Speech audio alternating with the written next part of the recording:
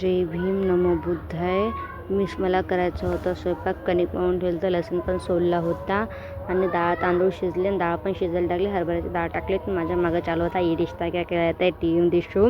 नंतर मी पटपट चपात्या केल्या आणि आमच्यासोबत असं काही घडलं ज्याचा आम्ही विचार बी केला नव्हता. तर मला आहे 6 भाऊ. त्याच्यातला एका भावाचं अचानकच मंगळवारच्या रात्री दुःखामध्ये निधन झालं आहे. तर त्याच्यामुळे सगळे तिकडेच आहेत. मी 2-3 दिवस झाले व्हिडिओ पण शूट केले नाही. जे काल टाकला ते 5-6 दिवसा अगोदर शूट केला आणि काल त्याला व्हॉइस टाकून काल ते अपलोड केला. कारण किती दिवस झाले व्हिडिओ नाहीत म्हणून काहीतरी व्हिडिओ टाकला.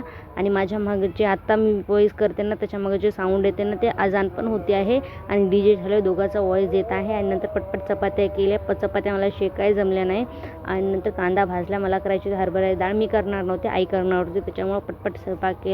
हरभऱ्याची डाळ शिजली होती, तिला घाटत होते, कच्ची होती. नंतर डबल शिजवायला टाकली आणि नंतर शिजवायला टाकली. नेक्स्ट मॉर्निंग दाता घासले आणि खूप काही काम केलं जे दाखवलं नाही. झाडून काढलं, भांडे घासले, चाय पिली, सगळं केलं. मी ते दाखवलं नाही. व्हिडिओ करायचं मनच होत नाही त्या घटनामुळं. आणि नंतर दिशानं जेवणाला घेतलं. मी सगळं किचन ओटा साफ केलं कारण की इकडं कोणीच नव्हतं. सगळं घर घाण झालं तर म्हणून गॅस ते पुसून घेतलं, सगळं साफ केलं. किचनवर कट्टा बी सगळा खूपच घाण झालं. त्याच्यावर पालीच्या लेंड्या वगैरे खूप गदळ झालं. तर बेसिंग वगैरे साफ केली.